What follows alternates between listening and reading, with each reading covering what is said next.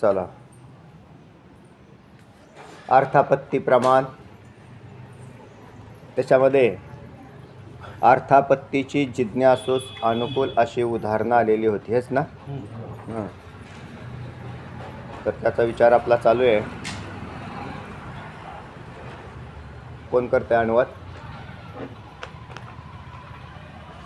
करता सांग. तुम्ही नव्हते ना? अभ्यास केला.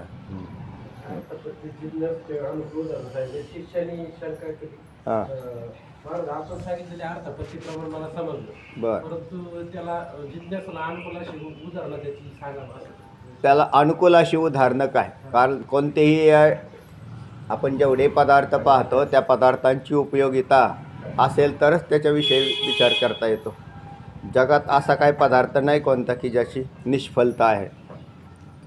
बाकीच्या प्रमाणांची उपयोगिता पाठीमागे सांगितली. प्रत्यक्ष, अनुमान, शब्द, उपमान आणि आत्ता चालू असलेलं अर्थापत्ती.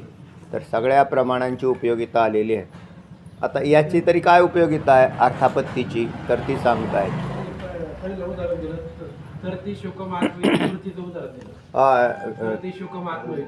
ती शोकम आत्मवित. आत्मवित म्हणजे आत्म्याला जाणणारा, हा शोकातून तरून जातो, म्हणजे शोकापासून दूर होऊन जातो, तरून जातो म्हणतो आपण त्याला. तर हे वेदामध्ये आलेलं उदाहरण आहे. याचा समन्वय कसा लावायचा आहे का? या वाक्यात ज्ञानाने शोकाची निवृत्ती होते, हे श्रुत आहे. ऐकून श्रुती प्रमाण ऐकलेलं आहे आणि त्या श्रुतीवरून हे ज्ञानाने म्हणजे आत्मज्ञानाने शोकाची निवृत्ती होते, हे प्रथम ऐकलं. परंतु शोक मिथ्या असल्याशिवाय ते शोकाची ज्ञानाने निवृत्ती होणार नाही. बरोबर आहे. म्हणजे शोक काय पाहिजे? मिथ्या असला पाहिजे. ज्या अर्थी त्याची ज्ञानाने निवृत्ती होते, ज्ञानाने निवृत्त होणारे सगळे पदार्थ मिथ्या असतात. पुढे म्हणून शोकाने ज्ञानाची निवृत्ती होती, याची अनुपपत्ती होत असल्यामुळे त्या ठिकाणी मिथ्यात्वाची कल्पना करावी लागली. मिथ्यात्वाची कल्पना करावी. अनुपत्ती या पदाचा अर्थ अनुपस्थिती म्हणजे असंभव. असल्यामुळे अर्थापत्ती प्रमाणाने बंध मिथ्यात्वाची कल्पना आली. आपण जर बंध मिथ्या नसेल तर ज्ञानाने निवृत्ती होणार नाही.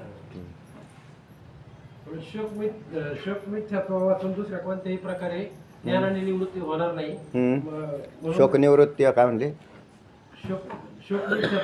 मिथ्यात्व. जे पदार्थ मिथ्या आहेत त्याची अधिष्ठानाच्या ज्ञानाने निवृत्ती होते. अधिष्ठानाचं ज्ञान बरं का, ते ज्ञान कोणतं? अधिष्ठान ज्ञान. आता शोक कशावर आधारित आहे याच्यावरती त्याचा अधिष्ठान शोधायचं. मग त्या शोकाचं अधिष्ठान जर कोण असेल, इथं शोक हे कार्य आहे तसं पाहिलं तर. शोक हे कार्य आहे आणि अज्ञान हे त्याचं कारण आहे. आणि या अज्ञानाचं अधिष्ठान चैतन्य आहे, म्हणजे आत्मा. आत्मरूपी अधिष्ठानावर अज्ञान अध्यस्त आहे. अज्ञान कार्य शोक आहे. अज्ञानाची निवृत्ती झाली म्हणजे शोकाची निवृत्ती होईल, असं आहे. यामध्ये अर्थापत्ती प्रमाणाने बंध निवृत्तीची कल्पना केलेली. अर्थापत्ती कसं लावलं? अर्थापत्ती म्हणजे शोकातून ज्ञानाने शोकाची निवृत्ती होती, हे उपपाद्य झालं. आणि बंध मिथ्यात्व हे उपपादक झालं प्रमाण. ज्ञानाने शोक निवृत्ती कोणी सांगितली? दृष्टार्थापत्ती. श्रुतार्थापत्ती. दृष्टार्थ नाही, श्रुतार्थापत्ती. म्हणजे ज्ञानाने शोक निवृत्ती होते, हे वेदातलं वाक्य आहे आणि ते श्रुत आहे, म्हणून श्रुतार्थापत्ती. आणि मग त्याची फलश्रुती काय झाली? उपपादक कोण झालं? बंध मिथ्यात्व. म्हणजे बंधाचं मिथ्यात्व आम्हाला माहीत नाही, त्याची कल्पना आहे. जे माहीत नाही, जे श्रुत आहे ते उपपाद्य, आणि त्याच्यावरून जे होणारं आहे त्याची कल्पना आहे ते उपपादक असा आहे. तर याचा डायरेक्ट उपयोग कसा होतो हे पाहिलं आपण. अर्थात असा जो भाग प्रतिपादन केलेला आहे याच्यामुळे ब्रह्मज्ञान झालं असं नाही, पण मनाचा निश्चय व्हायला हे कारणीभूत आहे. याच्यामुळे लगेच बंधाची निवृत्ती झाली आणि ह्याच्यामुळं हा फायदा आहे असा अर्थ डायरेक्टली नाही. डायरेक्ट फायदा तुम्हाला महावाक्यापासूनच आहे. अज्ञानाची निवृत्ती डायरेक्ट कशाने होईल? महावाक्याने होईल. हे अवांतर जरी असेल तरी याचा तुम्हाला तसा निश्चय करायला यांची उपयोगिता आहे. आता फक्त जर आपण एवढंच वाक्य घेतो, हां, विस्मरती शोकम आत्मविद. हां, ओके, हे श्रुत्य म्हणजे ऐकलं, ऐकलं पण श्रुतीचं प्रत्येक वाक्यच आपण ऐकतो ना, बरोबर. म्हणजे प्रत्येक वाक्यच श्रुत्यार्थ प्रत्येक होतं. हां, पण प्रत्येक वाक्याची खोली वेगवेगळी असते ना. प्रत्येक वाक्याची काय आहे? खोली वेगवेगळी असते. त्या कादंबरीमध्ये इतकं भरमसाठ लिहिलेलं असतं ना, अवांतर वर्णन असतं, आणि नंतर तुम्ही त्याच्यातली स्टोरी काढता. नाही, आपल्याला अगदी समांतर तसंच आहे. तर श्रुतीमध्ये सुद्धा वेद काय? श्रुती म्हणजेच वेद. अनंत वेद अनंत बोलीला. तो वेद सुद्धा असाच आहे, बडबड बडबड बडबड. पण त्यातली काही जी वाक्य आहेत ना, ती कशी आहेत? श्रेष्ठ. शोक निवृत्त करतात. म्हणजे शोक निवृत्त करतात म्हणजे शोकम तरती आत्मविद. हे वाक्य इतर वाक्यांपेक्षा भारी कसं ठरलं? अवांतर तर आहेच, पण भारी कसं ठरलं? तर अधिष्ठानाच्या ज्ञानाने शोक जातो हे प्रतिपादन केलं. आणि शोक हे अज्ञान कार्य आहे, आणि अज्ञानाची निवृत्ती अधिष्ठानाने होते. हे तुम्हाला याचा समन्वय लागला सगळा. म्हणून समन्वय लावण्याच्या दृष्टीने श्रेष्ठ वाक्य. आपल्याला शेवटी काय लागला पाहिजे? समन्वय. नाही तर नुसतंच बडबड बडबड करत बसलं तर त्याचा समन्वय लागत नाही. आणि हे वाक्य काय करून देतं? समन्वय लावून देतं. हा, म्हणून प्रबल. वेदामधलं विप्र. आता महावाक्य इतकं प्रबल नाही, कारण महावाक्य अतिप्रबल आहे. आणि ह्याच्यात आता आपण हे राहिलं अर्थापत्य प्रमाणाचं आपलं उदाहरण काय आहे ते सांगा. पृथ्वी अर्थापत्ती. पृथ्वी इतर भेद गंधर्व. पृथ्वी इतर भेद गंधर्व. हां, ओके, हां.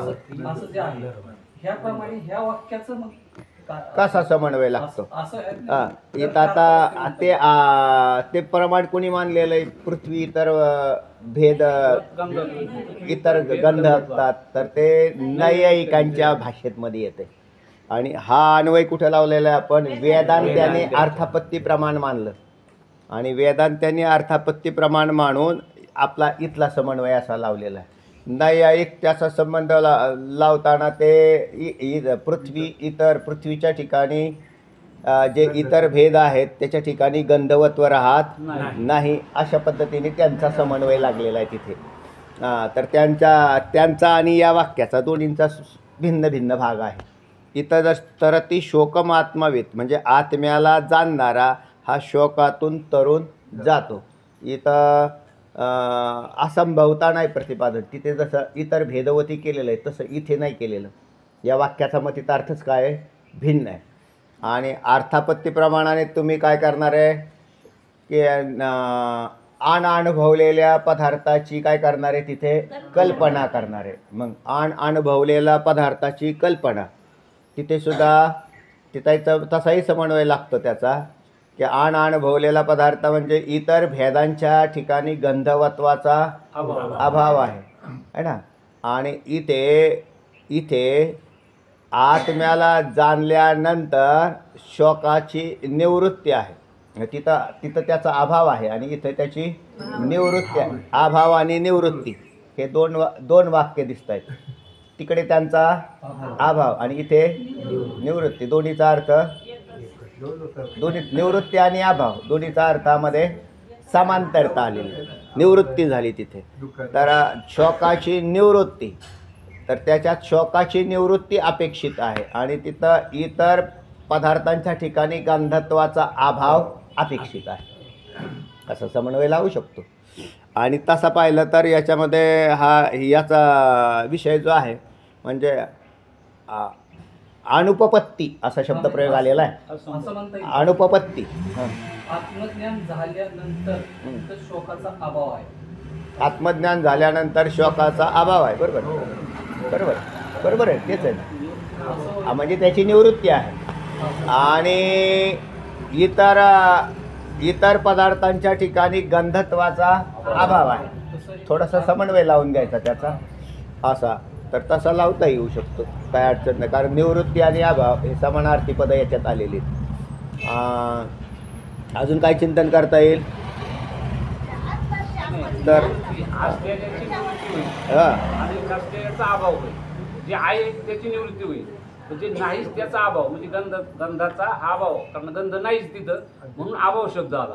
इतर पदार्थांच्या ठिकाणी गंध नाहीच आहे, नाही. अज्ञानाच्या ठिकाणी शोक नाहीच आहे. अज्ञानात शोक नाहीच आहे, त्याचं प्रतिती जीवाला येते. आहे ना. जीवाला प्रतिती येते ना.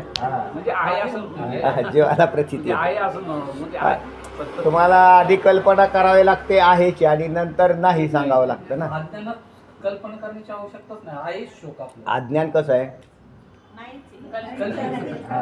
मग शोक कसं आहे, आणि मग तुम्ही नाही म्हण आहे. हां हां, तर कल्पित आहे, कल्पिताची निवृत्ती ज्ञानाने होते हे सांगायचं त्यांना. आणि नसलेल्या पदार्थाचीच निवृत्ती केली, असलेल्याची कुठे केली तेव्हा. हे जे उदाहरण आहे हां. अर्थापत्तीला कसं लागू पडतंय हे मला मग नसलेल्या पदार्थाची जी कल्पना, नसलेला म्हणजे शोक वास्तवात नाही. जसं आपण तिकडे नेऊन लावलं की का पाण्याच्या जलाच्या ठिकाणी गंधत्व नाही, नाहीच आहे ना, अभाव आहे. नाहीच. नाहीच आहे ना. हां. हां, मग त्याच्यामध्ये सुद्धा काही वेळेला अवांतर मिसळून, समजा जलाच्या ठिकाणी गुलाब पाणी, त्या गुलाब पाण्यात गंधत्व आलं तरी ते अवांतर आहे, ते त्याचा स्वभाव नाही, त्याचा धर्म नाही. अगांतुक आहे. रात्रीच्या भोजनाची जशी कल्पना होते तशी मिथ्यात्वावरून शोक निवृत्तीची कल्पना अर्थापत्ती हां, असं नाही म्हणत. त्या दृष्ट अर्थापत्तीमधलं. म्हणजे असं पण होऊ शकतं ना, का अर्थापत्ती आता दुसऱ्या उदाहरणात जाऊ आपण. चला, तुमचं काय म्हणणं आहे. नाही की पुष्टतेवरून रात्रीच्या भोजनाची कल्पना आहे, तर तिथं आडवय आहे ना. हे आत्ताची उदाहरणं चालू आहेत, ही निवृत्तीची होती अभावाची, आणि तुमचं ते उदाहरण आहे ते तिथं आडवय लागला, म्हणजे पुष्टतेचं दर्शन झालं. तिथं सुद्धा रात्रीच्या भोजनाची कल्पनाच आहे. म्हणजे तिथे काय प्रत्यक्षता काहीच नाही. मिथ्यात्वाची कल्पनाच करायची. मिथ्यत्वाची बी कल्पनाच आहे, मिथ्यत्वाची कल्पनाच आहे. बरोबर आहे, मिथ्यत्वाची कल्पनाच आहे. बरोबर आहे. तर अशा प्रकाराने तर ती शोकम आत्मवित हे पद श्रुतीमधून जे आलं तर त्याची श्रुतीमधली श्रेष्ठता अशी आहे की श्रुत्यामध्ये तर अनेक श्रुत्या आलेल्या आहेत, पण सगळ्या श्रुत्या ह्या आपल्याला मुमुक्षुला तितक्या पोषक आहेत असं काही नाही. कर्मकांड पर भरपूर श्रुत्या आहेत, उपासनेतल्या भरपूर श्रुत्या आहेत, पण ज्या वेळेला ज्ञानकांडामधल्या ज्या श्रुत्या येतात म्हणजे उपनिषदामधले आलेले हे शोकम तर ते आत्मविद, तर ही श्रुती मुमुक्षूसाठी जास्त उपकारक आहे. चला, अजून काय. ती शोक निवृत्ती दृष्ट नसून श्रुत आहे म्हणून हे श्रुता सर्वांगाने अभ्यास केल्यावर चांगलं होतं ना, शंका आल्यावरती ना, नाहीतर मग तेवढा विषय ड्रॉप होऊन गेला. चांगली गोष्ट. त्याच्यामुळे आपल्याला बी कळतंय की ते याचा उपयोग काय होईल, बा तिकडे त्या उदाहरणात बसवा असं होईल. ती शोक तसेच निवृत्ती दृष्ट नसून श्रुत आहे म्हणून ही श्रुतार्थापत्ती आहे. ऐकलेले तर श्रुतार्थापत्य आहे आणि दृष्ट नाही, कारण याच्यात शोक हा दृष्ट नाही. नंतर वाक्य हे सुद्धा वेदाची वाक्य शोकम तर ते आत्मवित हे सुद्धा वाक्य ऐकलेलंच आहे, म्हणजे दृष्ट पाहिलं प्रत्यक्षता नाही दिसत त्याची अन्य प्रमाणाने. शब्दप्रमाणाने आहे, त्यात शब्दप्रामाण्य आहेच ना. श्रुतार्थापत्तीत शब्दप्रमाण आहे बरं का, शब्दप्रामाण्य आहे. तसेच दुसरं उदाहरण दिलं त्यांनी, तत्वमस्याची महावाक्य श्रवणापासून जीव ब्रह्माचा त्यातलं शेवटचं वाक्य कुठलं. ती शोक निवृत्ती इष्ट नसून दृष्ट आहे, दृष्ट इष्ट नाही. हां, श्रुत आहे. याचं बी तुम्हाला गेल्या वेळेस सांगितलं होतं की महात्मा पुरुषांसाठी हे दृष्ट उदाहरण होऊ शकतं. ते पुढं आलेलं आहे ते, पुढं आलेलं आहे. ही इष्ट असं तुम्ही इष्ट वाचलं.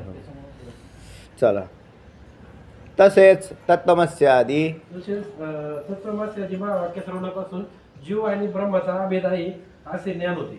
ठीक आहे. तत्त्वमस्य आदी महावाक्य. आता इथं महावाक्याचा विचार आहे. महावाक्य हे प्रबल वाक्य वेदातलं. हां, मोटके गुरुमुखे उमटे आणि आणि हृदयी स्वयंभूची असे, मोटके गुरुमुखे उमटे आणि हृदयी स्वयंभूची असे, फावो तैसे लागे तैसे अपैसची. प्रत्यक्ष फावो लागे तै अपैसची म्हणजे आपाप तसं होतं. पण आपाप कोणाचं होतं त्याला सांगितलं मग कानावचनाचे भेटी सरिसाची पै किरटी वस्तू होऊनी उठी कवणे एकच, असे 2 भाग प्रतिपादन केले. तर त्याच्यात मोठकं म्हणजे अतिशय किती वाक्य जर पाहिलं तर किती छोटं आहे हे, पण ह्या वेदाला गवसणी घालतं. तर ही याची विशेषता आहे. त्याचं श्रवण घडणं हे कोणीतरी एखाद्या भाग्यवान साधकांसाठी फार मोठी मेजवानी आहे.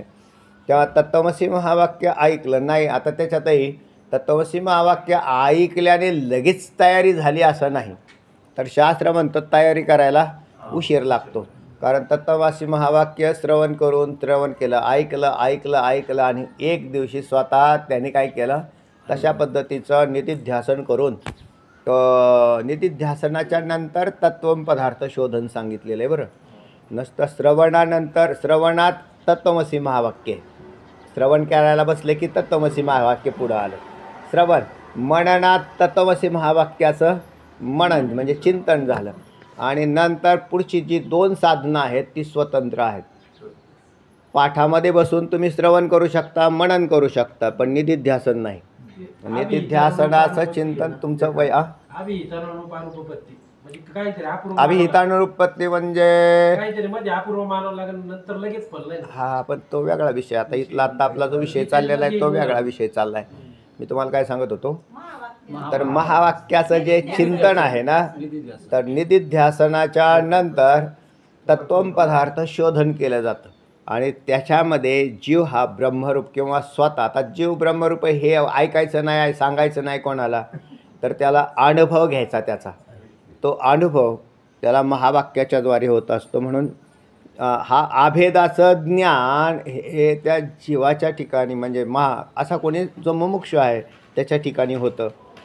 तर तेव्हा त्यातला विषय सांगतायत. सांगा बरं आता. हा जर जीव ब्रह्म प्रतीत होणारा भेद जर औपाधिक मानला तर त्याच्यामध्ये अभेद संभवनीय ठरेल. बरोबर आहे.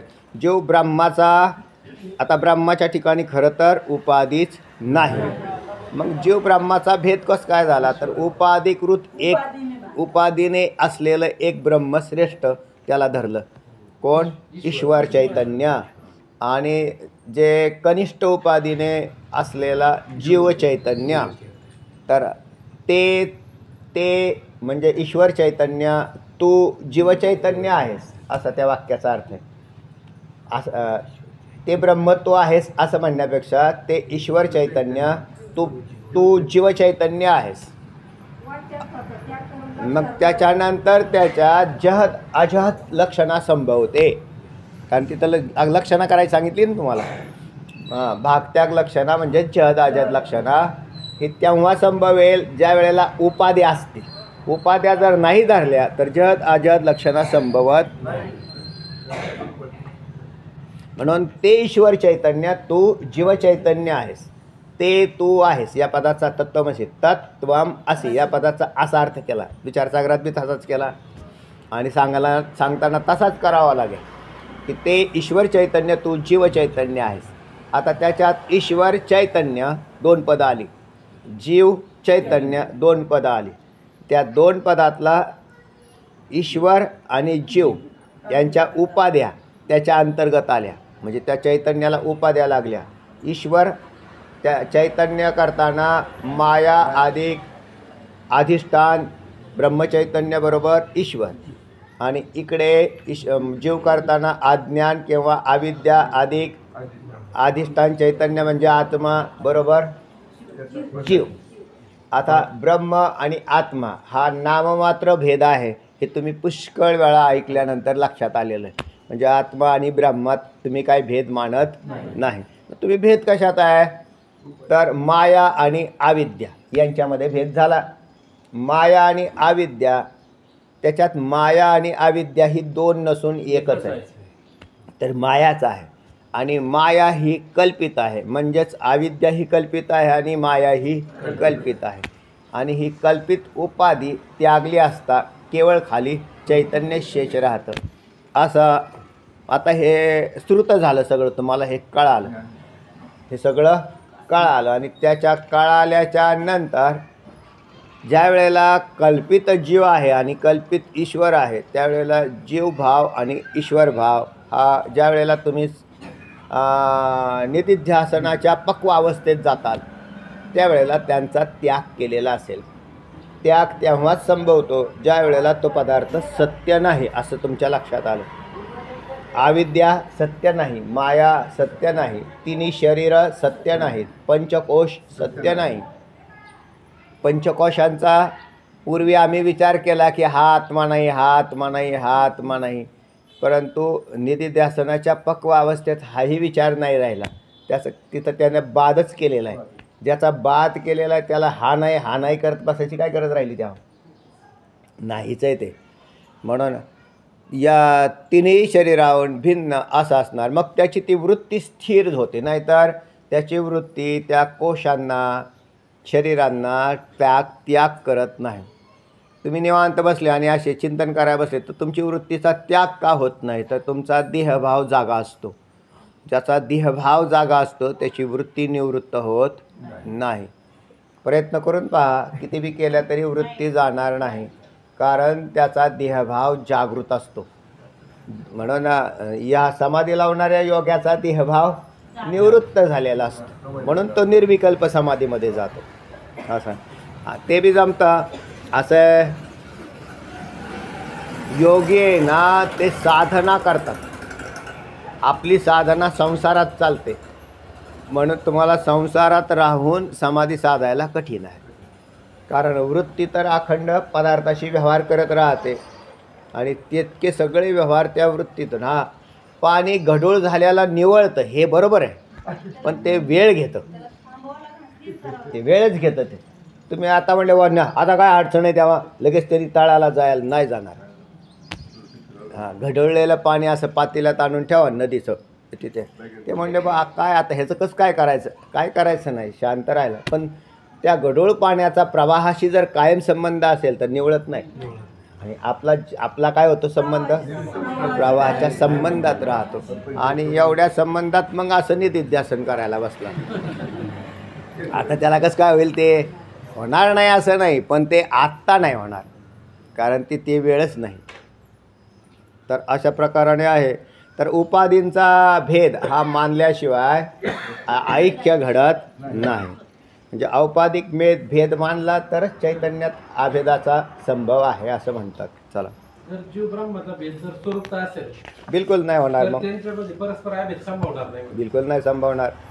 जीव ब्रह्माची भेदाची औपाधिकता श्रुतार्थपत्य प्रमाणाने कल्पनेशिवाय वाक्यात सांगितलेला जीव ब्रह्माचा अभेद संभवणार नाही. जीव ब्रह्माचा अभेद म्हणजे संभव. अनुभूपत्ती होईल त्याची.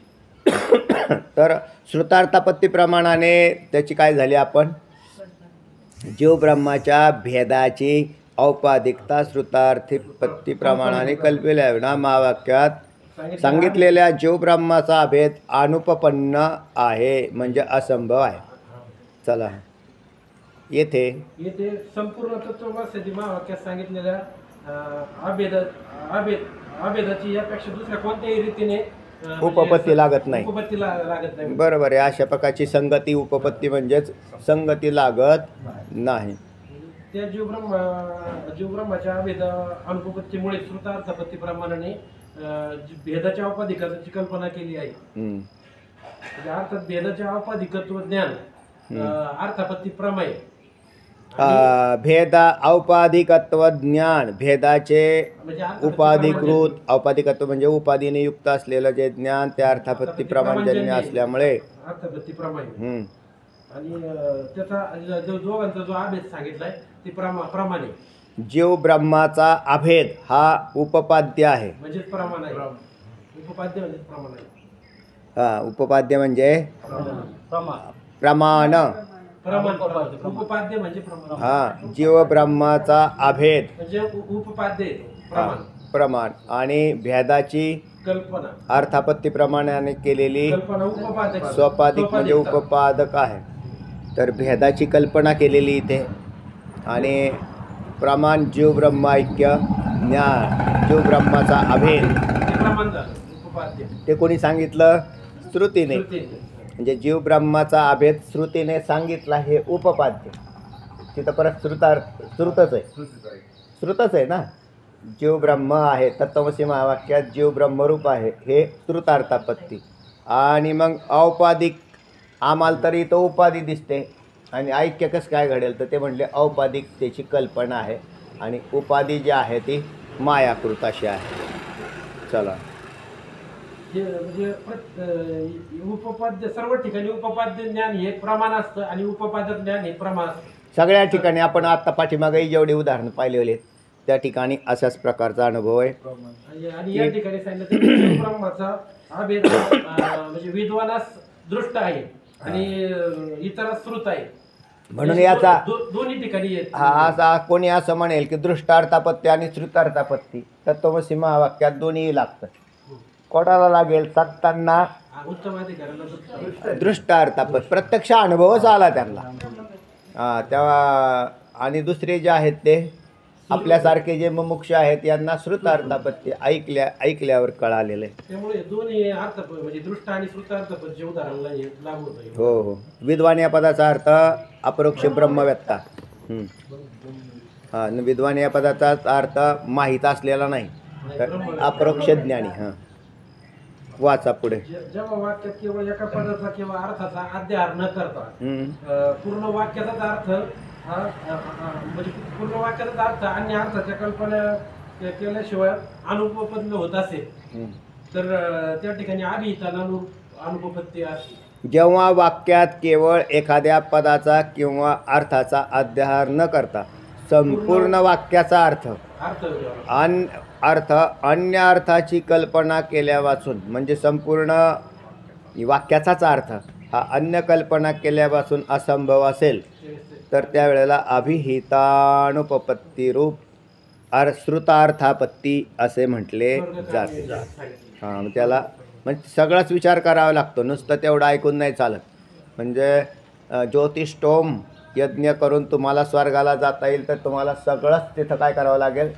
श्रवण करून कसा यज्ञाचं त्याची आणि त्याच्यानंतर त्याचा अर्थ समन्वयित होतो. तर तिथं म्हणतायत अभिहितानुपत्ती रूप श्रुतार्थापत्ती असा केलेला आहे. वर दिलेल्या दृष्टांतापैकी फक्त द्वारम हे जे उदाहरण नाही ते फक्त याचं अभिधानारूप अनुपपत्तीचं बाकीच्या सगळ्या अभिधानारूप पत्ती रूप अर्थपत्ती सुतार्थपत्तीचे. त्याप्रमाणे वर दिलेल्या दृष्टांतापैकी द्वारम या उदाहरणाव्यतिरिक्त बाकीची सर्व उदाहरणे ही अभिहितानुपपत्ती रूप श्रुतार्थापत्तीची आहे. श्रुतार्थापत्ती आता आलेली जी आहेत ना म्हणजे तत्त्वमसी असेल शोकम तरती आत्मवित असेल किंवा ज्योतिष्टोमचा असेल. ज्यावेळेस तिथं दोन प्रकार सांगितले ना श्रुतार्थापत्तीचे तिथं अभिधानानुपत्तीचं उदाहरण देताना द्वारमपिदे दिलेलं आहे ना. एक मिनिट द्वारमपिदे आता इथं पाठीमागं आलं तर श्रुतार्थापत्ती. इथं काय म्हटलं त्यांनी आत्ता? द्वारम या उदाहरणाव्यतिरिक्त बाकीची सर्वच्या सर्व उदाहरणे अभिहितानुपत्ती रूप आहेत. तर तुमचं काय म्हणणं म्हटलं आता? अभिधानानुपत्ती ना. हां अभिधानानुपत्तीमध्ये द्वारम पिधेई एवढंच आहे. आणि नंतर जे आलेले आहेत त्याच्यामध्ये दुसरी उदाहरणं कोणती कोणती? ज्योतिष्टोमचा आत्ता आलेलं शोकम तरती आत्मविद तत्त्वमसी. मग हे बरोबर आहे ना? लगेच बरोबर आहे. आणि वाक्याचे तात्पर्य सांगताना अन्वय बोध वाक्याचे तेवढंच आहे पूर्ण वाक्य जेव्हा असतं पूर्ण वाक्याचा अर्थ कल्पना करावी. नाही त्यांना ते उदाहरणं दुसरे आलेली तसं पण वाटत होतं. पुढे चला तेव्हा आता तिसरं उदाहरण देता येत ते मुमुक्षुला उपयोगिता तिसऱ्या पद्धतीने काय सांगतायत ऐका, वाचा. तसेच रजताच्या अधिकरण असलेली जी शुक्ती तिच्या ठिकाणी रजताचा निषेध हा दृष्ट आहे. रजताचे अधिकरण, रजत आपल्याला तर दृष्ट आहे का नाही, शिंपलं दृष्ट आहे. त्या शिंपल्याच्या ठिकाणी म्हणजे शुक्तीच्या ठिकाणी रजत सुद्धा प्रत्यक्ष प्रमाणाने दिसतंय आपल्याला. ते अर्थात प्रत्यक्ष म्हणजे चक्षुरेंद्रियाचा त्या याच्याबरोबर रजताबरोबर पदार्थ भ्रमाचा का असाना, पण त्याच्याबरोबर काय झाला, संयोग झाला. म्हणून तिथे काय झालं, रजताचे अधिकरण म्हणजे राहण्याची जागा कोण आहे, वास्तव अधिकरण नाही. रजताच्या वास्तव अधिकरण नसून अधिकरणाचा भ्रम आहे तिथं. कारण तिथं ते रजत त्याच्यावरती राहतच नाही. रजतत्वाच्या ठिकाणी जातं. शुक्तीच्या ठिकाणी शुक्तित्व आहे आणि रजताच्या ठिकाणी रजतत्व आहे. तर शुक्तित्वाच्या ठिकाणी रजतत्वाचा अभाव आहे. शुक्तित्वाच्या ठिकाणी रजतत्वाचा अभाव आहे, पण भ्रमाने तिथे रजत भासतंय. तर तेव्हा अधिकरण वास्तव अधिकरण नाही. रजताचे अधिकरण असलेली जी शुक्ती तिच्या ठिकाणी रजताचा निषेध दृष्ट आहे. त्याच्याचमुळे काय झालं, त्याचा निषेध झाला, कारण तिथे ते सापडत नाही. तो निषेध रजतास मिथ्यात्व कल्पनेविना संभवतच नाही. बरोबर आहे. रजत जर सत्य असतं तर अधिकरण सुद्धा शुक्तित्व नसतं, तर रजतत्वच असतं. जर सत्य रजताला पाहिलं तुम्ही, सत्य रजताला, आणि त्या ठिकाणी शोधायला गेले तर तुम्हाला काय सापडलं, सत्य रजत सापडलं. म्हणजे जो चमकणारा खरोखरच चांदीचाच तुकडा होता तो, आणि तो चांदीचा तुकडा, आणि तुम्ही पाहायला गेले तर तुम्हाला काय सापडली, चांदी. तर त्या रजताच्या ठिकाणी असणं म्हणजे ते दिसणारं रजत, त्याचं रजतत्व हे तिथं अधिकरण यथार्थ आहे. पण जर यथार्थ अधिकरण नसेल तर तुम्हाला मिथ्यात्वाची कल्पना करावी लागते. रजतास मिथ्यात्व कल्पिल्याविना ते संभवत नाही. अशी अन्य प्रकारे निषेधाची अनुपपत्ती असल्यामुळे रजत मिथ्यात्वाची कल्पना केली जाते. बरोबर. तिथं अनुपपत्ती असल्यामुळे अन्य निषेधाची, अन्य दुसऱ्या ठिकाणी कुठे निषेध करणार तो नाही, तर अधिष्ठानाच्या ठिकाणीच निषेध नोंदवला जाईल. बरोबर आहे. म्हणजे शुक्तीच्या ठिकाणीच रजताच्या अभावाचा निषेध होतो. हे उदाहरण मात्र दृष्टार्थपत्तीचे आहे. कारण तिथं दिसतंय ते भ्रमाचा का पदार्थ असा ना, पण दिसतंय. यात रजत निषेध हा उपपाद्य आहे आणि रजत मिथ्यात्व उपपादक आहे. रजताचा निषेध केलेला आहे. आता हा निषेध कोणी केला, ज्याने त्याला त्याचं ज्ञान झालं त्यावेळेला त्याला जरी तिथे दिसत असला काय रजत, तरी सुद्धा तिथे निषेध नोंदवला गेलेला आहे. कारण त्या ठिकाणी रजत उपलब्ध नाही. आणि रजत उपलब्ध नाही म्हणजे उपपाद्य काय झालं, रजताचा निषेध हा त्यांनी केला. आणि त्याच्यानंतर कल्पना काय केली, रजत मिथ्यात्वाची कल्पना केली. म्हणजे त्या ठिकाणी रजत जरी दिसत असेल तरी तिथे ते वास्तव रजत नाही, त्याची कल्पना आहे. कशाची, मिथ्यात्वाची कल्पना आहे. आणि दृष्ट काय आहे, निषेध. हां, पुढं दुसरे असे की मनाच्या विलयानंतर निर्विकल्प समाधी कालात. आता याचा तरी उपयोग काय करता येईल, रजताचा दृष्टांत त्यांनी सिद्धांत नाही टाकलेला दिसत काय. हां, तर त्याला लावून घ्यावा लागेल तुम्हाला की जसं अधिष्ठान ब्रह्माच्या ठिकाणी जगत हे प्रतीतीला येतं, आणि जगत आमच्या दृष्टीने काय आहे, आमच्या दृष्टीने सत्य, जीवाच्या दृष्टीने जगत सत्य दिसतं. पण ज्या वेळेला त्याला, आता इथे परत श्रुतार्थापत्तीच लावावे लागेल तुम्हाला, कारण श्रुतीच सांगते ना जगत मिथ्या म्हणून. तर तेव्हा ऐकल्यानंतर, कारण जगताचा निषेध हा मुमुक्षुस अपेक्षित आहे, असा अर्थ लावा तुम्ही. जगताचा निषेध कशावरून, तुम्हाला श्रुतिवाक्यांनी श्रुतीने सांगितलं की अयम प्रपंचो मिथ्या, हे श्रुतीने सांगितलं म्हणून त्याच्यावरून उपपाद्य झाला आणि जगत मिथ्यात्व याची कल्पना केली, कारण अजून बुद्धीमध्ये आरूढ झालेलं नाही. मग मिथ्यात्वाची कल्पना पहिल्यांदा श्रुतीतलं ऐकलं आणि मिथ्यात्वाची कल्पना. तुमच्या दृष्टीने श्रुती हे प्रामाण्य आहे ना, म्हणजे मोक्षच्या दृष्टीने श्रुती हे प्रामाण्य ठरलं आणि त्याच्यावरून त्यांनी जगत मिथ्यात्वाची कल्पना केली असा अर्थ लागेल. आणि जगताचा निषेध करता येईल दृष्ट. मग नंतर मग श्रुतार्थापत्ती धरा, मिथ्यात्वाची कल्पना नंतर. आपल्याला श्रुतार्थापत्तीच धरावी लागेल, कारण आपल्याला जगत मिथ्यात्वाचा जगताचा निषेध हा जीवाकडून संभवनीय नाही. जगताचा निषेध असा संभवनीय नाही, पण प्रामाण्यजन्य श्रुतिवाक्यापासून संभवनीय आहे. ते प्रमाण घेता येईल ना आपल्याला. म्हणून निषेध. हां पुढे दुसरे असे की मनाच्या विलयानंतर हा. निर्विकल्प समाधी कालात काय केवळ म्हणतो? अद्वितीय ब्रह्म मात्र शेष राहते. काय म्हणे यंदा काय म्हणायचं? जगताचा निषेध हां इथं जसं रजत निषेध सांगितलं. हो, आता रजत निषेध कधी कोणाला पाहिजे? ज्यांनी जाणलंय. दृष्टार्थापत्ती आहे तिथे, हा, म्हणजे ज्यांनी जाणलंय, दृष्टार्थापत्ती आहे तिथे. ऐकलंय दृष्टार्थ. तसं जगत त्याचा निषेध ज्यांनी महात्मा पुरुषाकडून आहे.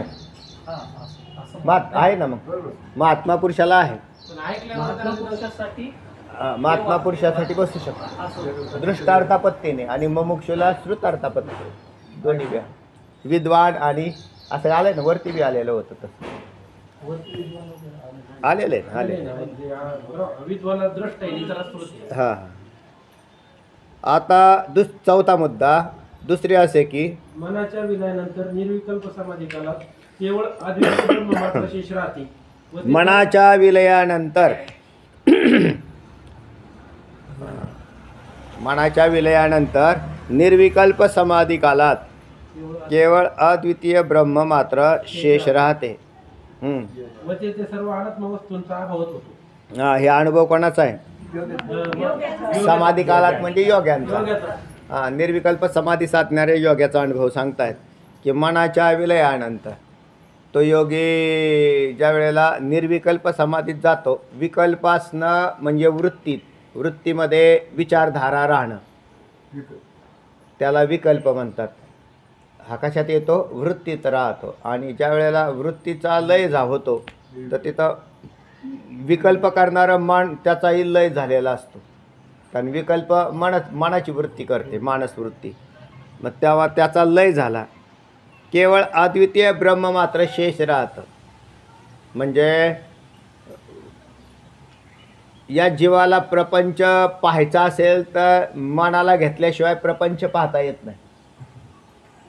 ज्याच्याजवळ मन नाही तर त्याला प्रपंच पाहता येत नाही. सुषुप्ती. आपल्याला सुषुप्तीचा अनुभव आहे त्याचा. त्याची आत्यंतिक निवृत्ती नाही झाली, लयरूप असते. पण लयरूप निवृत्ती झालेली. योगी तिथे सुषुप्ती आणि समाधी या दोन अवस्थात काय भेद आहे? एकच आज्ञानं प्रवृत्ती केली असते. तर एका ठिकाणी सुषुप्तीमध्ये ज्या वेळेला लय पावलेली तिथे त्यावेळेला ती अज्ञानात लय पावते आणि चैतन्याचा अनुभव हा मिक्स स्वरूपात आहे. तिथे वास्तव अनुभव मिळत नाही. आणि निर्विकल्प समाधीतला योगी चैतन्याचा वास्तव अनुभव घेतो. म्हणून सुषुप्तीत झोपलेल्या माणसाला चैतन्याचा अनुभव येत नाही आणि योग्याला चैतन्याचा अनुभव येतो. म्हणून सुषुप्तीमधून जागा होणारा जो पुरुष आहे त्याला विचारलं तू कसा झोपला होता, तर तो म्हणतो आनंदात सुखाने झोपलो होतो. हा अनुभव त्यांनी दिला. मग त्या आनंदाचं स्वरूप काय असं विचारलं तर ते म्हणतात ते नाही आपल्याला काय सांगता येणार, पण मी काय जाणत नव्हतो असा बोलतो. तो जाणत नाही आणि योगी हा जाणतो, म्हणजे त्या चैतन्याला तो जाणतो. फक्त त्याला कथन नाही करता येत जागृतीत, कारण चैतन्याचं कथन होईल का? नाही, पण तो जाणलं नाही का? त्याने जाणलं, पण कसं हे नाही सांगता येणार तुम्हाला.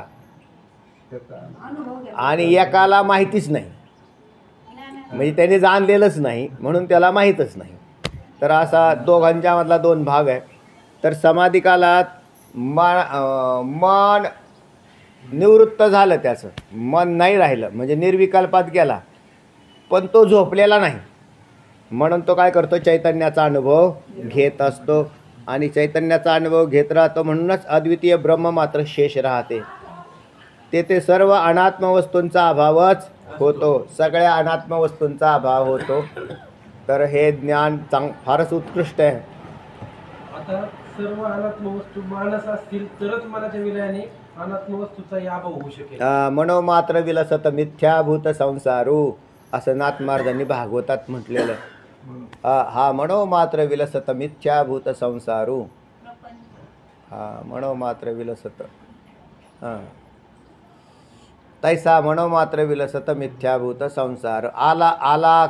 आलाप चक्राचा तो दृष्टांत आलेला आहे तिथं. आलात चक्र. आलात चक्र म्हणजे आलात चक्र माहिती आहे? आलात चक्र माहिती आहे? चक्री नाही, जळालेलं लाकूड घ्यायचं आणि असं जर फिरलं तर तुम्हाला एक चक्र निर्माण झालेलं दिसतं. म्हणजे त्या आग्नीचं, मी सांगतो ते ऐका ना. आग्नीचं असं एक चक्र तयार झालेलं दिसतं. ते आग्नीचं चक्र खोटं आहे आणि आग्नी सत्य आहे. अग्नी सत्य आहे आणि चक्र खोटं आहे. तसं जगत खोटं आहे आणि जगताला उत्पन्न करणारा अधिष्ठान चैतन्य मात्र सत्य आहे. असा तैसा आलात चक्राचा निर्धारो. अग्नी मिथ्या, चक्र मिथ्या आणि अग्नी सत्य, अशी एक ओवी तिथे भागवतातली. मनोमात्र विलसत मिथ्याभूत संसारो. तैसा मनोमात्र विलसत मिथ्याभूत हां आलं लक्षात. पिंड, हां त्याच्यापासून सुरुवात आहे ती. बरं आलं लक्षात, आल्यावर सांगतो. चला काय म्हणतात? सर्व अनात्म वस्तू मानस असतील तरच मनाच्या विलयाने अनात्म वस्तूंचाही अभाव होऊ शकेल. हां, तर मानस वस्तूंचा अभाव होईल, कारण त्या मनाने कल्पितलेल्या आहेत. मनात कल्पिलेल्या पदार्थांचा, मन हे त्यांच्या कल्पिलेल्या पदार्थाचं अधिष्ठान झालं. मनाचा तेही कल्पित असल्याने तेही उडून गेलं, म्हणून मनाने कल्पिलेले पदार्थसुद्धा निवृत्त झाले. पण मन ज्याच्यावर कल्पिलेलं होतं ते अधिष्ठान म्हणजेच आत्मा म्हणजेच ब्रह्म, तर ते मात्र शेष राहतं. तर तेव्हा हां, आणि जर त्या सर्व अनात्म वस्तू मानस नसतील तर मात्र मनाचा विलय झाला तरी सुद्धा त्या अनात्म वस्तूचा अभाव होणार नाही. बरोबर आहे. अनात्म वस्तू जर मानस नसतील, मनाने कल्पिलेल्या नसतील, तर त्यांचा अभाव होणार नाही. कारण आता बरं, पण याच्यामध्ये फार मोठी गंमत आहे. असं आहे ना, एखाद्या व्यक्तीने, ऐका बरं, एखाद्या व्यक्तीने समाधी साधली तर त्या ठिकाणी असणाऱ्या, त्या व्यक्तीच्या ठिकाणी असणाऱ्या प्रपंचाचा अभाव झाला. बरोबर आहे? तुमच्या आमच्या दृष्टीने झाला का? नाही झाला. तुमच्या आमच्या दृष्टीने तर हे प्रपंच जाग्यावरच दिसतोय आणि त्या योग्याच्या दृष्टीने प्रपंचाचा अभाव झाला. यातलं सत्य काय?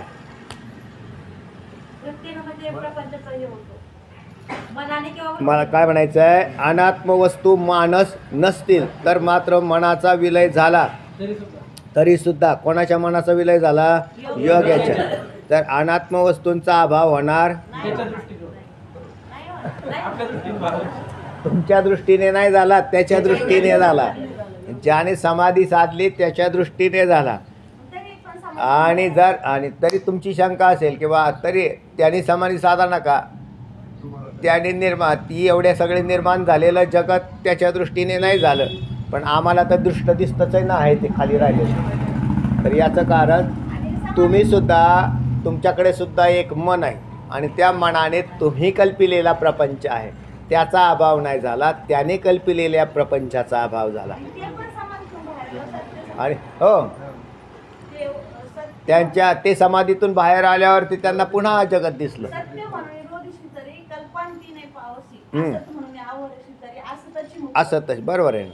सत्य म्हणून किती दिवसाचं वजन करून ठेवलं तर त्या तशा पद्धतीची प्रतीती येईल त्याला. हां तर त्याच्या ठिकाणी ज्ञान काय झालेलं आहे याच्यावरती अवलंबून राहील. म्हणून योगी समाधीतून बाहेर आल्यावरती प्रपंच पाहतो, समाधीत गेल्यावर मात्र विलय होतो. म्हणून आत्यंतिक निवृत्ती नाही झाली त्याची.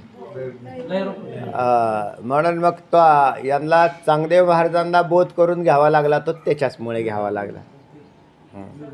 तर त्याच्यामुळे मग त्या अजून असं असतं जे असे लोक असतात यांना कोणी ज्ञान पाजत नाही. आता ते माऊली ज्ञानोबरायांना म्हणजे चांगदेव महाराजांना स्वतःची न्यूनता लक्षात आली आणि बहुतेक अशा लोकांच्या हेही लक्षात येत नाही की आपल्याकडे न्यूनत्व आहे. मग त्यांना कोणी सांगत नाही. नाही सांगायचं कसं हा प्रश्न असतो, कारण ते लय मोठे राहतात. आणि म्हणून मग पण ज्या वेळेला फक्त त्यांना एका मुद्द्याने जाग आणलेली होती तिथे की चांगदेव महाराज समाधीतून बाहेर आल्यावर योगाच्या ठिकाणी एक तपाचं सामर्थ्य बनतं आणि त्या सामर्थ्याने मृताला जिवंत करण्याची अमृतसिद्धी प्राप्त होते. अमृतकण प्राप्त होतात, सिद्धी नाही, अमृतकण झाले ते की मृत ही जीवितल आहे अमृतसिद्धी. तर ते अमृतसिद्धी तर एखाद्याला जिवंत, पण त्याच्यात समजा ते लोक काय करायचे, मग असे जेवढे मरायचे गावातले तेवढे आणून ठेवायचे. आणि आता नुसत्या गावातले नाही, बाकीच्या गावात बी खबर गेलेली असेल ना, मग तिकडचे बी मुर्दे आणून ठेवत असणार. ते प्रत्येकजण चांगला ठेवण्याचा प्रयत्न करायचा, पण मग त्याच्यातलाही एखादा उठायचा. काय व्हायचा? एखादा. तर ते अल्प अमृतसिद्धी. पण तेवढाच का आहे ना अहंकार होता का नाही की माझ्यामध्ये ही शक्ती आहे. चांगदेव महाराजांनी आपल्या इथले पुणतांब्याच्या घटना होत्या. ज्या वेळेला ह्या माऊली ज्ञानोबराय मुक्ताई हे सगळे आले त्यावेळेला त्या मुक्ताईने त्या नेमके त्या तिथून का जाऊ नये, अर्थात चांगदेव महाराजांच्या भाग्याचा उदय आला होता, प्राप्त काळ घडी आल्या नवीन. आणि तिथे ती आली. काय ह्यांच्याकडं होतं बरं, हे भिक्षा मागून खात होते चौघच्या चौघं. आणि तिथे त्यांनी ते म्हटले काय झाकून ठेवलं आहे, म्हटले मडे. मडे कशाला झाकायचे म्हटले, की आपापल्या घरी जातील ना. ते म्हटले कसं काय हो, ते म्हटले इथं चांगदेव महाराज आहेत खाली, ते बाहेर येणार आणि मग जाणार, तुम्ही जा पुढं रस्त्याने पोरांनो. ते म्हटले नाही. मग तिथे ते एक हाड पडलेलं होतं. मुक्ताईने ते हाड घेतलं आणि ते सगळ्यांच्यावरून असं फिरवलं आणि हे असं टाकून दिल्याबरोबर ते होतं कुत्र्याचं. त्याचं कुत्रं तयार होऊन पळालं, हाडाचं कुत्रं झालं. आणि जे सगळेच्या सगळे उठून बसले आणि सगळे उठून बसल्यावरती जा म्हटले घरी. त्यावेळेला मग तिथून पुढं लोक पाया पडायला लागले. ते म्हटले हा बाबा तरी बाहेर आला तरी एखाद्याला उठवेल, पण ह्या पुरीने सगळ्याला उठवलं. एवढंच नाही, कुत्रं तयार करून पळालं म्हणजे ते हाडाचं कुत्रं झालं. आणि मग त्याच्या वेळेला लक्षात येईल की हिची ताकद काहीतरी. ह्या ताकदीचा अंदाज चांगदेव महाराजांनी घेतला. जर त्या चौघातली एक लहान मुलगी असं करू शकते तर ते चौघं कोण असू शकतात. मोठ्यांना थोडंसं कळायला मग त्याच्यावरून कळालं की बा आपल्यात कुठेतरी काय काय ना कमीपणा आहे, न्यूनता आहे. नाहीतर एरवी मोठे लोक ऐकत नसतात, त्या कुठेतरी चांगलाच चटका बसावा लागतो. आणि मग त्याच्यानंतर त्यांनी ते पत्र पाठवायचं, पण त्याच्यात पत्रात सुद्धा पाठवताना अडचण तयार झाली. आता काय लिहायचं, काय लिहायचं. मी तर 1400 वर्षाचा आहे आणि हे तर 14 वर्षाचे, काय लिहायचं. पण श्रेष्ठ आहे असा भाग. तर तेव्हा पुढचा इतिहास माहिती तुम्हाला. तर तेव्हा अशा प्रकाराने चांगदेव महाराजांचा कायापालट झाला. तर त्याच्यात जितक्या काळ नुसता मनाचा विलय करून बसणारे आणि पुन्हा आणखीन भौतिक प्रपंच पाहणारे, तर त्या चांगदेव महाराजांना आत्मज्ञानाने खरा ब्रह्मप्रकाश मिळाला. चला. आणि जर त्या सर्व अनात्म वस्तू मानस असतील तर मात्र मनाचा विलय झाला तरी सुद्धा त्या अनात्म वस्तूचा अभाव होणार नाही. बरोबर आहे. विलय एकाचा आणि अभाव मात्र दुसऱ्याचा, असं कसं होईल? अन्याच्या विलयाने अन्याचा विलय होणे कधीही शक्य नाही. संभवनीय नाही. अन्याच्या विलयाने अन्याचा विलय होणं संभवनीय नाही.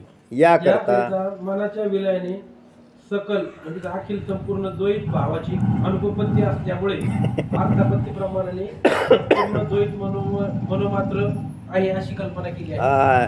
कशाची अनुपपत्ती आहे? अनुपपत्ती म्हणजे असंभव. द्वैताच्या अभावाची अनुपपत्ती म्हणजेच द्वैत. द्वैताभावाची अनुपपत्ती असल्यामुळे द्वैत अभावाची, द्वैताच्या अभावाचा असंभव. हां, द्वैताच्या अभावाचा असंभव असल्यामुळे म्हणजेच द्वैत असल्यामुळे मनाच्या विलयाने हां मनाचा विलय झाला तरी द्वैताचे असं होत नाही. हां हां तर असंभव असल्यामुळे अर्थापत्ती प्रमाणाने संपूर्ण द्वैत मनोमात्र आहे अशी कल्पना केली जाते. म्हणून द्वैत कसा आहे? मनोमात्र आहे. हां, या उदाहरणात मनाच्या विलयाने सकल द्वैताचा अभाव विलय हा उपपाद्य असून हां, त्याचे ज्ञान कोणाला काय अडचण आहे का? नाही ना. मनाच्या विलयाने मनाचा विलय झाला असता सकळ द्वैताचा अभाव असल्यामुळे अर्थापत्ती प्रमाणाने संपूर्ण द्वैत मनोमात्र आहे अशी कल्पना केली जाते. असा सरळ अर्थ लागला. बरोबर आहे. तर द्वैत मनोमात्र आहे. हां, या उदाहरणात मनाच्या विलयाने सकल द्वैताचा अभाव म्हणजे विलय हा उपपाद्य आहे. तर या उदाहरणात मनाच्या विलयाने सकल द्वैताचा अभाव म्हणजेच विलय हा उपपाद्य असून, उपपाद्य म्हणजे प्रत्यक्ष काय झाला? मनाच्या विलयाने सकळ द्वैताचा अभाव योगाच्या दृष्टीने काय झाला? उपपाद्य असून त्याचे ज्ञान हे अर्थापत्ती प्रमाण आहे. हां, तर त्याचं ज्ञान एक द्वैत आणि द्वैताचं ज्ञान आहे ना. द्वैताचं ज्ञान आणि द्वैताचा अभाव झाला. त्याचं ज्ञान त्याचं ज्ञान हे अर्थापत्ती प्रमाण आहे. ज्ञान अर्थापत्ती प्रमाण आणि द्वैताचा अभाव उपपाद्य. कोणाला सांगितलं आहे?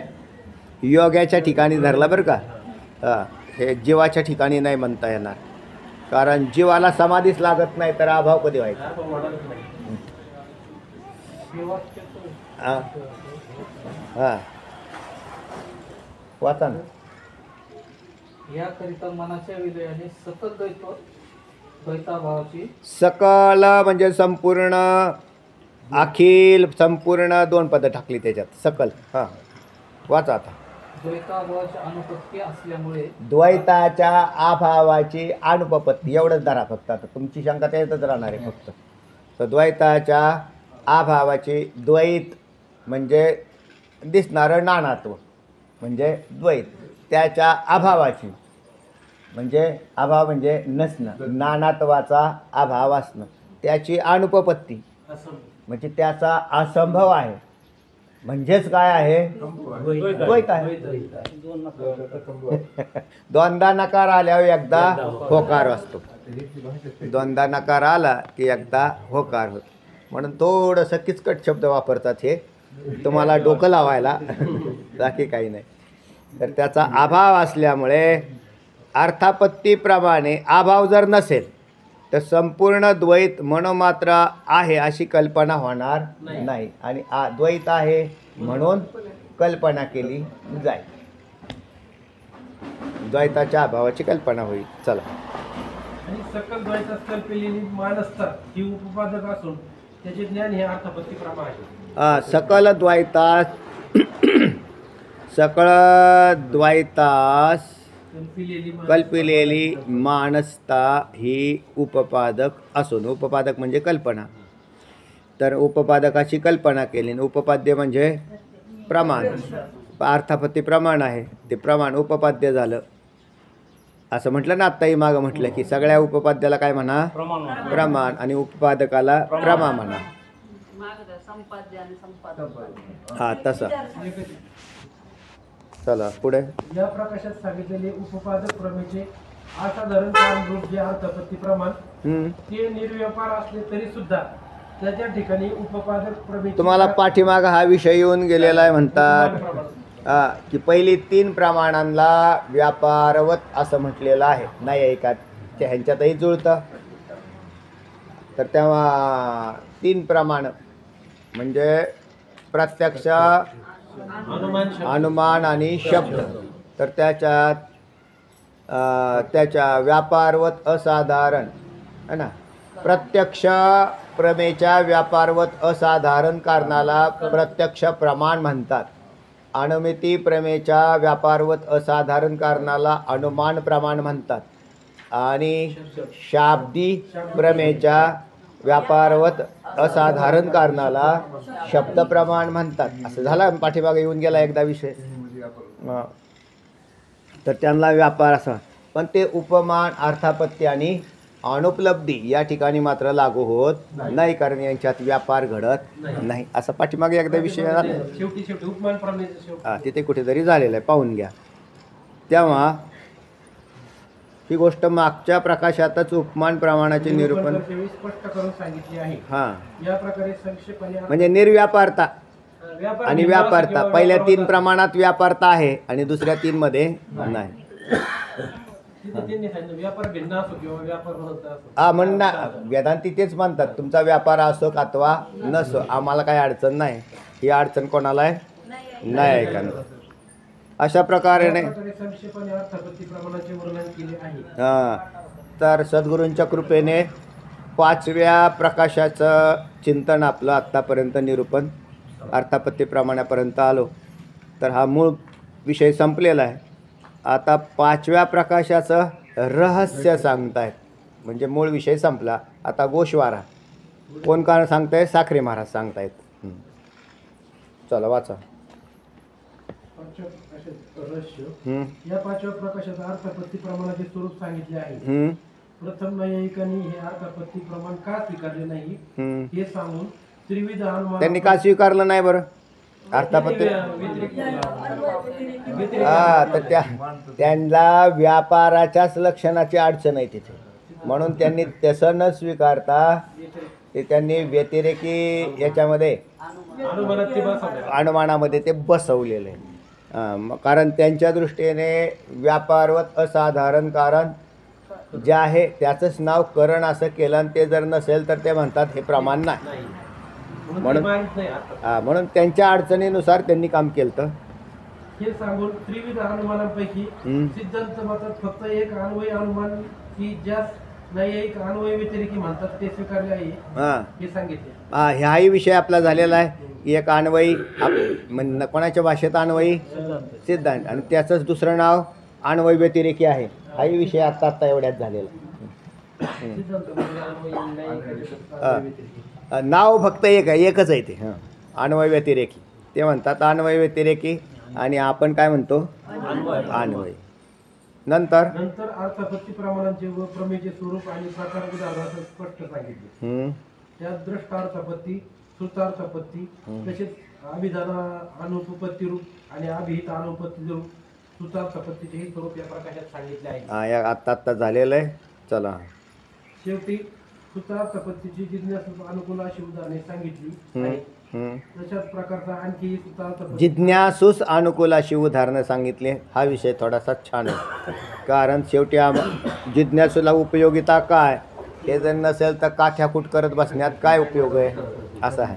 म्हणून चांगला विषय आलता तो शोकम तरती आत्मवीत आणि तत्त्वमसी यांचा अर्थापत्ती प्रमाणाच्याद्वारे कसा समन्वय लावला हा विषय अभ्यास पुन्हा करा. पुढे शेवटी श्रुतार्थापत्तीची जिज्ञासूस अनुकूल अशी काही उदाहरणे सांगितली आहेत.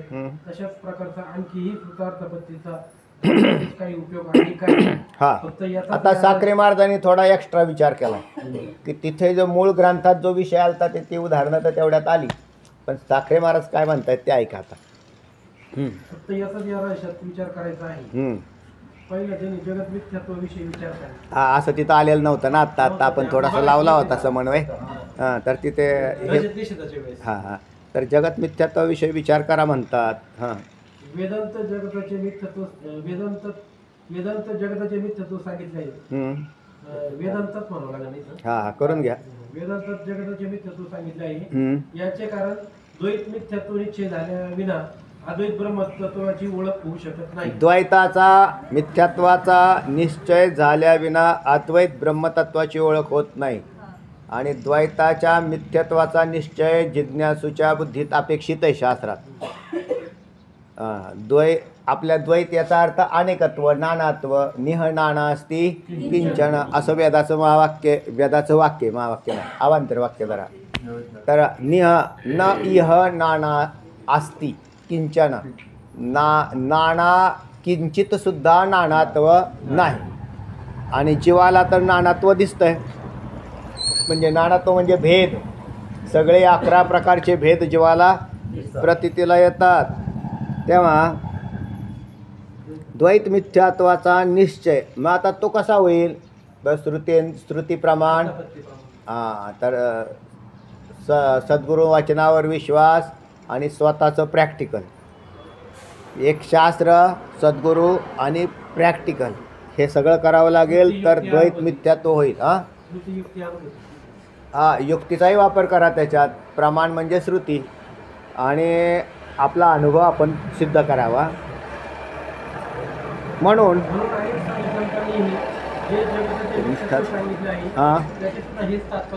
अनेक साधू संतांनी जगताचं मिथ्यात्व प्रतिपादन केलंय. त्याचं तात्पर्य हेच आहे की जगत मिथ्या आहे.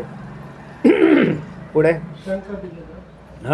जगत जर मिथ्या आहे तर मग येतो वा इमानी भूतानी जायन्ते किंवा एतस्मात् आत्मनः आकाशः संभूतः, आत्मनः आकाश संभूतः इत्यादी वाक्यात स्वतः वेदाने जगताची उत्पत्ती सांगितली आहे की का?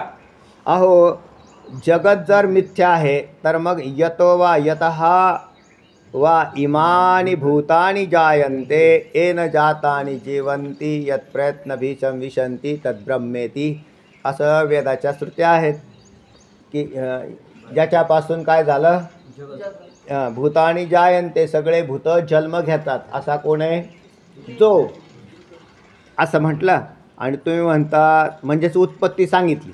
वेदाने उत्पत्ती सांगितली आणि उत्पत्ती सांगितली याचा अर्थ त्या जगताची उत्पत्ती झालेली आहे. आणि जगताची उत्पत्ती झालेली आहे म्हणून जगत मिथ्या नाही. येतो वायुमानी भूतानी जायन्ते, वेदाने सांगितलं ही भूत त्याच्यापासून जन्म घेतात, तर मग जगत सत्य आहे.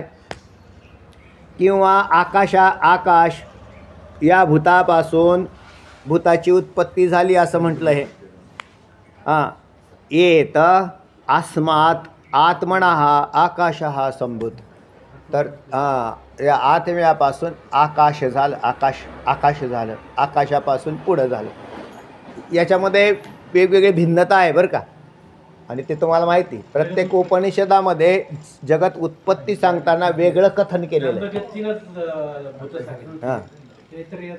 काही ठिकाणी 5, काही ठिकाणी 3, काही ठिकाणी एकदम क्रमा वाचून उत्पत्ती, क्रमा वाचून. तर अशा प्रकाराने जगताची उत्पत्ती सांगितली आहे. ती का सांगितली? शंका काय सांगते? शंका काय म्हणते? जगताला मिथ्यात्व कसं अशी शंका. उत्पत्ती सांगितली मग तुम्ही लगेच मिथ्या कसं म्हणता? तर असा विषय येतोय. वाचा बरं थोडंसं. वेदांत निरनिराळ्या रीतीने जगत उत्पत्ती सांगितली आहे. वेदांतात निरनिराळ्या रीतीने उत्पत्ती सांगितली आहे. जगत उत्पत्तीच्या क्रमाविषयी सूचित एक गान एक मत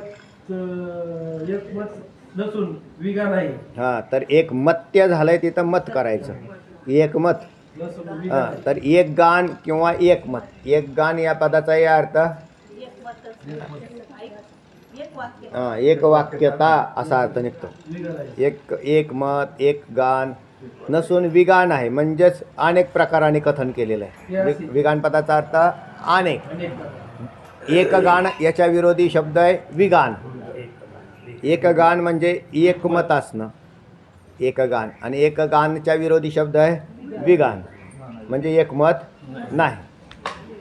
ते असे. छांदोग्योपनिषद सद्रूप परमात्म्यापासून अग्नी, जल आणि पृथ्वी असा 3 भूतांच्या उत्पत्तीचा क्रम सांगून त्यापासून सर्व जगत झाले असे सांगितले. बस हे आपल्याला तुम्हाला विचारसागरात सुद्धा पाचव्या तरंगात झालेलं आहे. लयरूप निवृत्त. तर छांदोग्य उपनिषदात सद्रूप परमात्म्यापासून सत्स्वरूप परमात्म्यापासून अग्नी, जल आणि पृथ्वी अशा 3च भूतांचा क्रम दिला. 2 गाळले त्यापासून सर्व जगत झाले असे सांगितले. तर याच्यापासून जगत झालं असं सांगितलं. आकाश आणि वायू हा सोडलेला होता. तैत्तरीय उपनिषदात उपनिषदात आकाश, वायू, अग्नी, जल आणि पृथ्वी या 5 भूतांनी क्रमाने उत्पत्ती सांगून त्यापासून अखेर जगत उत्पत्ती सांगितली आहे. झालं. हे तुमचा अभ्यास झालेला आहे. काय सांगत बसायची आवश्यकता नाही. पुढे क्रियात परमेश्वर क्रमवाचून युगपत म्हणजे एकदम जगताची उत्पत्ती करतो असे सांगितले. झालं. हाही विषय तुमचा झालेला आहे विचारसागरात. सारांश सारांश थांबा असे जगत उत्पत्ती थांबा विषयी- नाही याला काय म्हणायचं काय म्हणले मला असं म्हणायचं की आपण कोणतंही वाक्य घेतलं किंवा परमार्थाबद्दल जे काय आहे बर त्याचं अंतिम प्रमाण कुठं वेदामध्ये. हां वेद आज जे सांगेल तेच मान्य प्रामाणिक हां आहे का नाही. पण आता मला असं हा. म्हणायचं वेदातच 2 गोष्टी सांगितल्या असतील म्हणजे जगाच्या उत्पत्तीबद्दल अनेकत्व सांगितलेलं असं. अनेकत्व सांगितलं. हां हा असं का म्हणजे जे वेदाला पण प्रॉब्लेम आहे का कशाविषयी अनेकत्व सांगितलं. जगाच्या उत्पत्तीबद्दल ब्रह्माविषयी मग एकच त्यांनी हे ऐका ऐका कशाविषयी सांगितलं. जगाविषयी. जगाच्या उत्पत्तीबद्दल बिलकुल मग त्यांनी बिलकुल बिलकुल समजलं शंका वेदांतांनी समजली. हे वेदांत तर काय? तेव्हा अपौरुषेय. ऐका ना तुमची शंका समजली. तुम्ही जगताच्या विषयी अनेकत्व सांगितलं. हे का सांगितलं एवढी शंका आहे तुमची. का हे सुद्धा असं कसं सांगितलं एवढी शंका आहे तुमची. आणि दुसरा भाग असा आहे म्हणजे ते अनेकत्व का सांगितलं. आम्ही तर त्याच्यावर विश्वास ठेवतो आणि त्याने अनेक सांगावं असं का सांगितलं. मग त्यांनी एकच मत सांगायचं. एकच सांगायला पाहिजे होतं. बरोबर आहे ना. तर एकच सांगितलं असतं तर जगत सत्य ठरलं असतं. कारण ब्रह्माविषयी ब्रह्मतत्वाविषयी वेदामध्ये एकच सांगितलं आणि ज्या पदार्थांची अनेकात्वाने प्रतीती येते तो पदार्थ खोटा असतो हे सांगायचं आहे. ऐका तुम्ही जरा 1 मिनटं फक्त ऐकून घ्या. जसं रज्जूच्या ठिकाणी केवळ सर्प नाही भासला मग काय भासला. फुलमाळा भासली, भुरेषा वाटली, जलधारा भासली, सर्प भासला, हार भासला. तर त्याच्या ठिकाणी अनेकत्व आलं. मग त्या प्रत्येकाचं अनेकत्व वेगवेगळ्या पद्धतीत कथन करावं लागतं. रज्जूचं अनेकत्व नाही सांगितलं. रज्जू एकच आहे म्हणून ब्रह्म. मला असं म्हणायचं छांदोग्य उपनिषद हां वेदाचा अंतिम भाग आहे. ठीक सगळे तेच आहेत. हां दुसरं काय सांगितलं तैत्तरीय उपनिषद हां हा सुद्धा वेदांताचा सगळं बरोबर आहे. म्हणजे वेदच आहे. हां ठीक आहे. मग त्या उपनिषदामध्ये सांगितलं 3 पासून हां जल, अग्नी आणि आकाशाच्या पासून सांगितलं. बरोबर. आणि ह्याच्यामध्ये सांगितलं आकाश, वायू वगैरे. असं का. मग तेच सांगतो ना तुम्हाला की अनेकत्व ज्या ठिकाणी सांगितलं असतं तो पदार्थ खोटा असतो. त्याच्यामुळे किती सांगितलं तर काय करतो? ज्याच्या विषयी अनेकत्व म्हणून कथन केलेलं आहे ना ते खोटं असतं. परमतत्वाविषयी अनेकत्व सांगितलं का वेदाने. नाही तत्वाविषयी का नाही. किंबहुना ऐका ना किंबहुना यांचे ख्यातीमध्ये रूपांतरित केलेलं आहे. विचारसागरातला हा 4थ्या तरंगातला विषय आहे ना.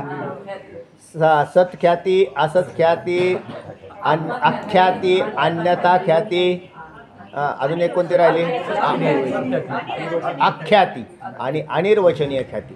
तर ह्या सगळ्या ख्यात्या हे तुम्ही सगळ्या ज्या वेळेला पाहताल त्यावेळेला लक्षात येईल की या अनेक शास्त्रकारांची मतं त्याच्यातच आलेली. आणि त्या सगळ्या शास्त्रकारांचं आत्म्याविषयी काही म्हणणं नाही. त्यांचं म्हणणं कशावर आहे उत्पन्न झालेल्या पदार्थाविषयी बोललेले आहेत आणि ते झालेलं आहे.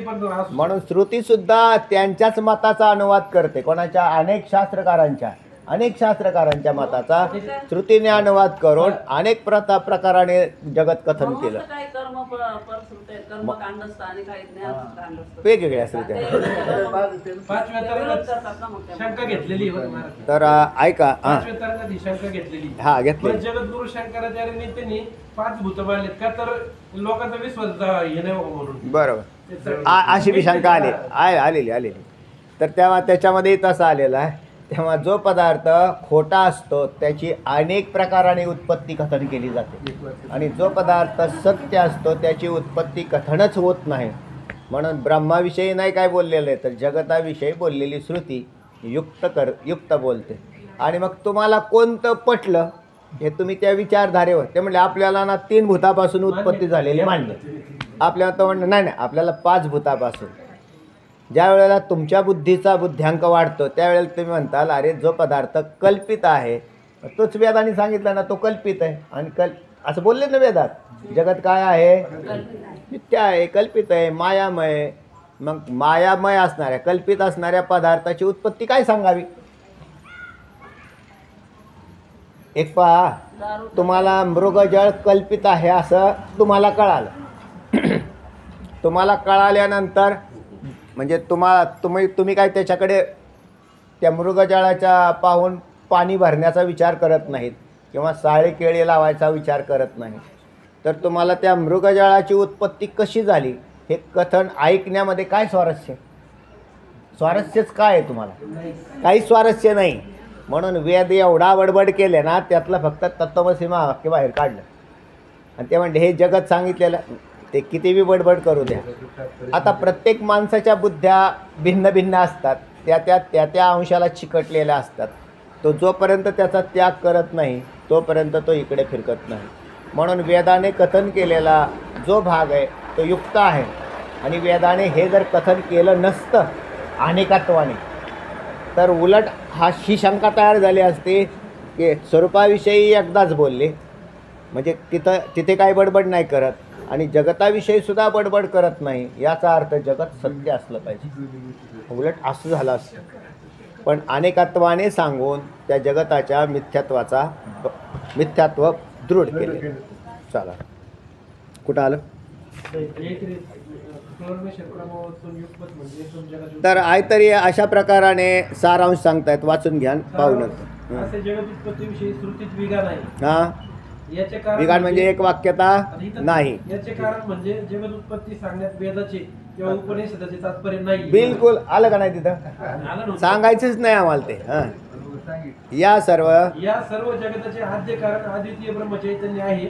याचा मुमुक्षु आत्मत्वाने बोध व्हावा, यातच खरे वेदाचे मात तेच मी आता जेवढं बोललो ते आहे त्याच्यात. चारही वेदाचे म्हणजे उपनिषदाचे तात्पर्य जगत कारण अद्वितीय ब्रह्मचैतन्य सांगण्यात कसे आहे हे श्री व्यास महर्षींनी ब्रह्मसूत्रात सांगितले. खाली प्रमाण देऊन सांगतात, नंतर पाहू. पुंडलिक वरदा हरिठ्ठल श्री ज्ञानदेव तुकाराम पंढरीनाथ भगवान की जय. माऊली ज्ञानेश्वर महाराज, जगद्गुरु तुकाराम महाराज की